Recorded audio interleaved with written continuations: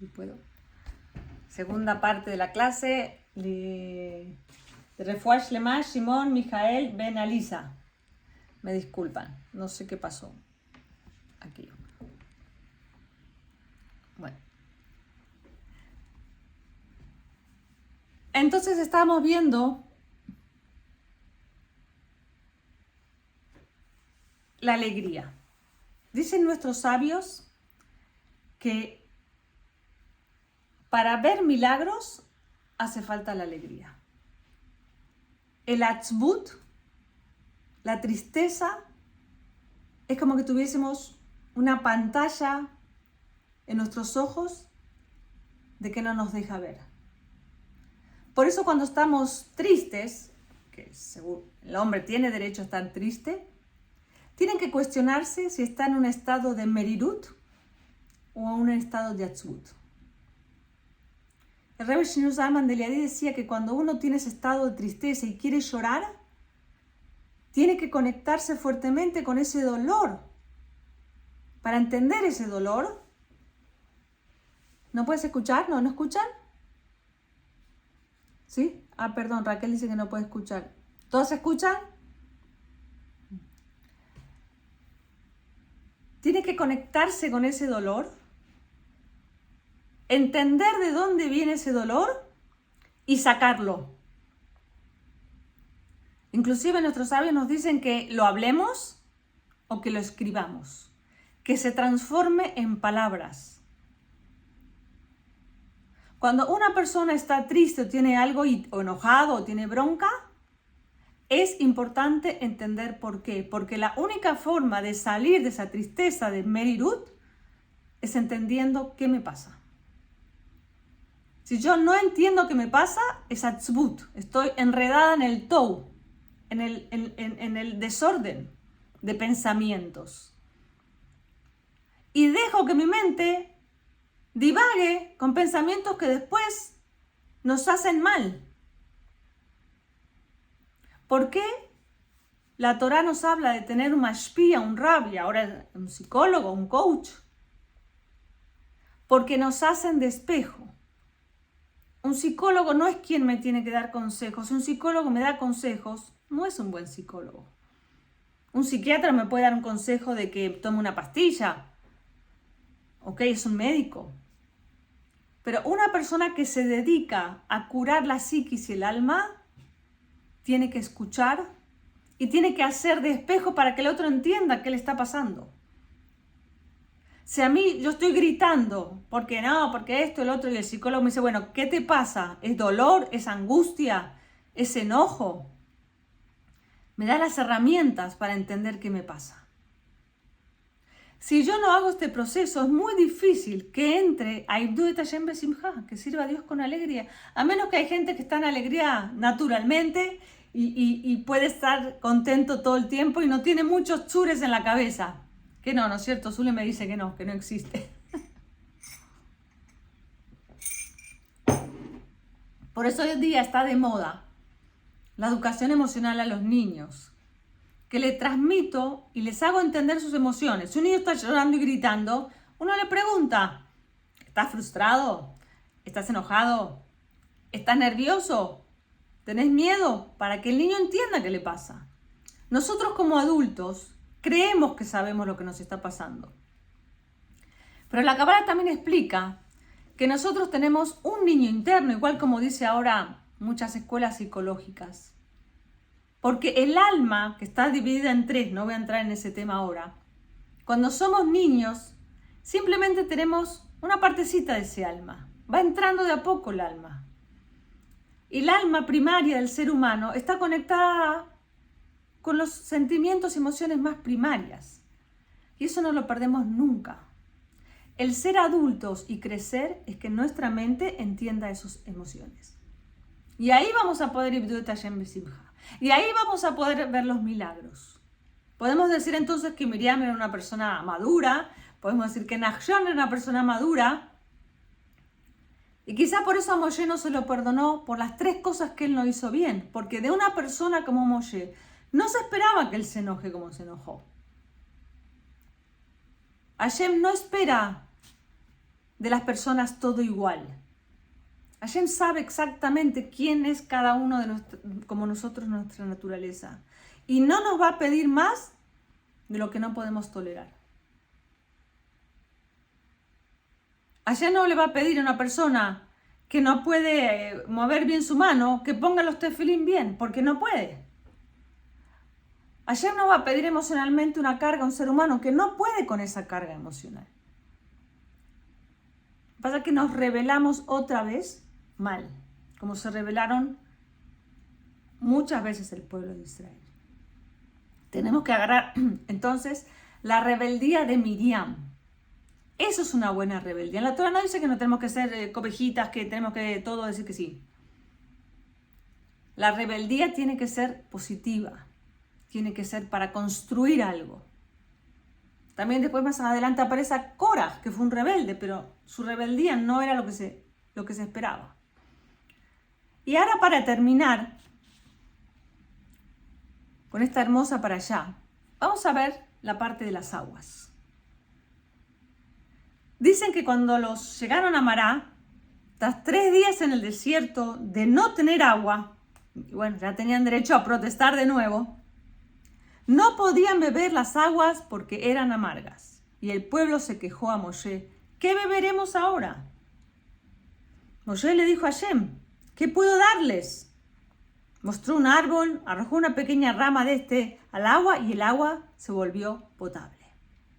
Fue allí que Dios les enseñó un decreto y una ley y les dijo: si obedecerás a Dios tu Señor y harás lo que es recto a tus ojos, atendiendo cuidadosamente todos los preceptos y los decretos, no te golpearé, no haré nada, no haré enfermedades. Y aquí vamos a ver un poco lo que simboliza el agua como curación. El agua, según la Kabbalah, es el Gesed, es la bondad. ¿Qué simbolizan las aguas amargas? Es muy interesante este mensaje. Que inclusive Rabbeinu Bejaya dice en el Talmud que en realidad las aguas eran dulces, se convirtieron en amargas para que el pueblo proteste y después Moshe las vuelve a convertir en dulces. ¿Qué significa esto que está diciendo Rabbeinu Bejaya? En realidad, que se hayan puesto amargas las aguas era una prueba de fe para Am Israel. Cuando vemos en la vida que las cosas están bien y de repente algo nos cachetea y no está bien, es una prueba. Pero Hashem prometió que podían volver a transformarse. Y aquí vemos una cosa muy interesante de cumplir las mitzvot. ¿Qué simbolizan las mitzvot?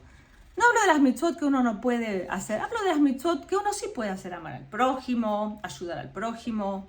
No hablemos de kasher ni de Shabbat, hablemos de las que las personas sí pueden hacer. Las mitzvot nos conectan con Dios. 613 mitzvot tenemos, 248 positivas, 365 negativas. Que en realidad no es negativa, es tase velota ase. Es harás y no harás, no es que son negativas. La Torah dice: comerás matzá, es positiva, y no comerás hametz, es no harás. Entonces no es que es negativa, está mal traducido que son positivas y negativas. Explica el Sefer Haredim que los mandamientos, las 613 mitzvot, tienen que ver con la conexión de los órganos. 248 positivas son los huesos, las partes blancas, las 365 son las arterias y venas, que son las partes rojas del cuerpo. Cuando una persona se desconecta con Dios, en hebreo se dice nituken, se cortó. La palabra nituken tiene las mismas letras que tikkun, reparación. Nosotros cuando estamos desconectados con Dios y vimos que cada mitzvah es una parte que se conecta con Dios, si volvemos a hacer una mitzvah nos conectamos con Dios. Y la conexión tiene que ver con una reparación del cuerpo. Por eso es tan importante que entender que la palabra mitzvah viene de la palabra tzevut, que es conexión. Dios no quiere que yo haga una mitzvah porque se le dio la gana. Nos dio las herramientas para conectarnos con Él. ¿Y por qué vamos a hablar del agua? El cuerpo es 80% agua. Así Dios lo hizo. Pareciera que no, pero sí, porque las células tienen 80% de agua. Ese agua, lo que nos explica la Torá, cuando dice que era dulce, amarga, dulce, y protestaron, está hablando de todas las aguas que existen en el universo y también las aguas que existen en mi cuerpo. Cuando una persona se siente mal o se siente enferma, es porque algo en su agua está en desbalance. Pero tiene que saber que ese agua también viene de un origen dulce, como dijo Rabbeinu Bejaya. Y a través de las buenas acciones, del Ibdu et Hashem besimcha, de creer y tener fe, es que esas aguas amargas se pueden volver dulces. Estamos haciendo este shiur para Refuah Shlema. Nunca sabemos por qué Hashem hace sus caminos, nunca entendemos muchas cosas, pero tenemos que entender que de cada cosa que parece amarga, podemos llevar un aprendizaje. Podemos quizá no entender con el intelecto lo que está pasando, pero hacer lo máximo que podemos hacer para realmente vivir, aunque tengamos conflictos, problemas, enfermedades, encontrar la dulzura, que yo sé que es muy difícil a veces. Para mí también es muy difícil, no crean, como siempre les digo, no estoy superada, estoy en el camino del aprendizaje, igual que cada una de que está aquí en mi lección. Poder en esa amargura saber que en realidad fue dulce y tengo que volverla a hacerla dulce, como hizo Moshe cuando endulzó las aguas. Y saber que el agua representa esa bondad. Es interesante también que Rabbeinu Bejaya dice, para terminar, que en la época de Elisha, los hombres de la ciudad dijeron a Elisha: mira, la situación de esta ciudad es placentera como mi señor puede ver. Pero el agua es mala y el suelo ocasiona nacimientos prematuros. Elisha, el profeta, dijo: tráiganme un frasco nuevo y pónganle sal en él. Ellos le trajeron el agua con sal y salieron al manantial donde las aguas eran malas y arrojaron la sal allí y dijeron: así dice el Señor, yo he sanado estas aguas, no habrá de allí más muertes ni abortos. Así el agua otra vez fue restaurada. ¿Qué aprendemos de aquí? De este cuento, que a veces las cosas se solucionan con algo amargo. Las aguas se sanaron cuando Elisha le tiró agua con sal. A veces, para sanarnos, tenemos que pasar por un proceso, sanar emocionalmente, físicamente, espiritualmente, por un proceso de que nos tiran agua con sal. Pero ahí está la curación. Sé que es difícil, sé que no es fácil entender esto, pero es las pruebas que Hashem nos pone día a día. Ojalá todo fuese como la era del Mashiach, de que no va a haber más agua salada, ni va a haber más problemas, pero por ahora hay, y hay que caminar y entender que hay una razón más allá de lo comprensible de lo que nos está pasando. Y acordarnos de que a pesar de que venían los Mitzrim persiguiéndonos, hay alguien que se tiró al río y creyó. Pero hasta que no se tuvo la nariz tapada, no se abrieron las aguas.